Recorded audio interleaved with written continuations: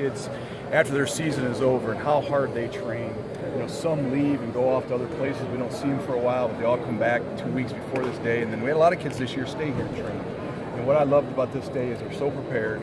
They've worked so hard for this day, and it's great to see them come out and just perform so well. And really, you talk about high pressure.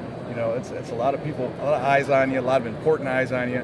Guys are going to make decisions about your future. To see them perform like they did today was pretty special. Any performance as books about this, but just if you can reflect back to the first pro day you guys were here to where it's at now and the difference. What do you remember? What perspective? A lot more people at this one than the first one, that's for sure.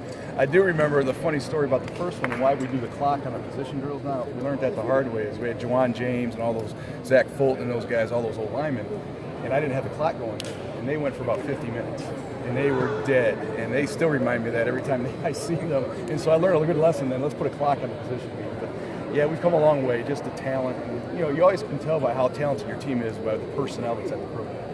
They have probably close to, I don't know, maybe 100 people here. And I know all the, we're privy to all the workouts prior to this day, which is the most we've ever had by far. There's teams coming in and working these guys out privately. That's why a lot of the bigger names weren't here today because they've been here already. And that's never happened before. So that was good to see.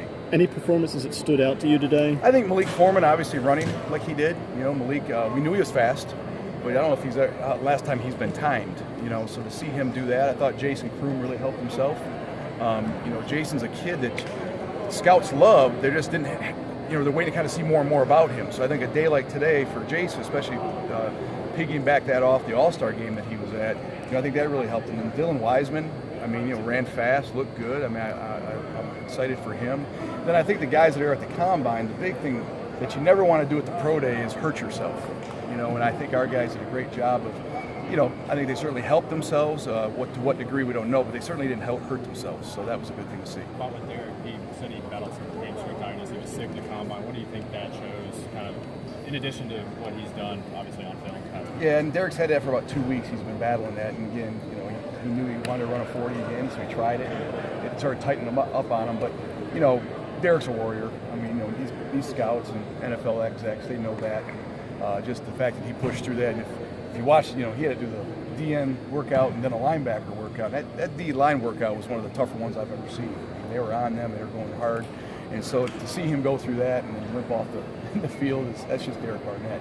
He certainly they like to see that. The growth of Josh, I remember you and I talked about the season, and he was a fringe NFL prospect and quarterback. Now there seems to be a lot of momentum. Can you comment on just what's happened for him? I think with Josh is one of the big things I think's happened with Josh is he maybe for the first time in his life is really concentrated on football. If you think about it, he's always, he's his major, he's got class, he's got labs, he hasn't spent probably the amount of time on football that maybe other college quarterbacks do. So I think now with him training and getting ready for this, his class schedule is still hard, but it's minimal. And I think for the first time, Josh has just been able to go practice being a quarterback. I think that's what you saw today. And the great thing about Josh is we all know him as a person. That's never been in question. That's just, he's enhanced that in all these interviews. But the big thing is, I think people are impressed that he's thrown it so well. That was, I don't know how much you guys watched. I've been to a lot of workouts. That was the best quarterback workout I've ever seen. That was impressive. And I was really happy for him. So he's done everything he's had to do since the end of the season to help himself.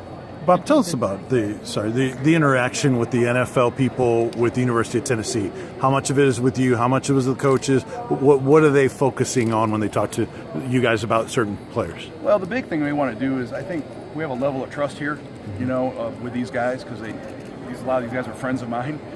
Coach Jones has always had a great reputation as far as NFL execs go, and they know we'll tell them the truth. They know if we're telling them something that they can believe it and they can take it to the bank, and I think that's what they enjoy.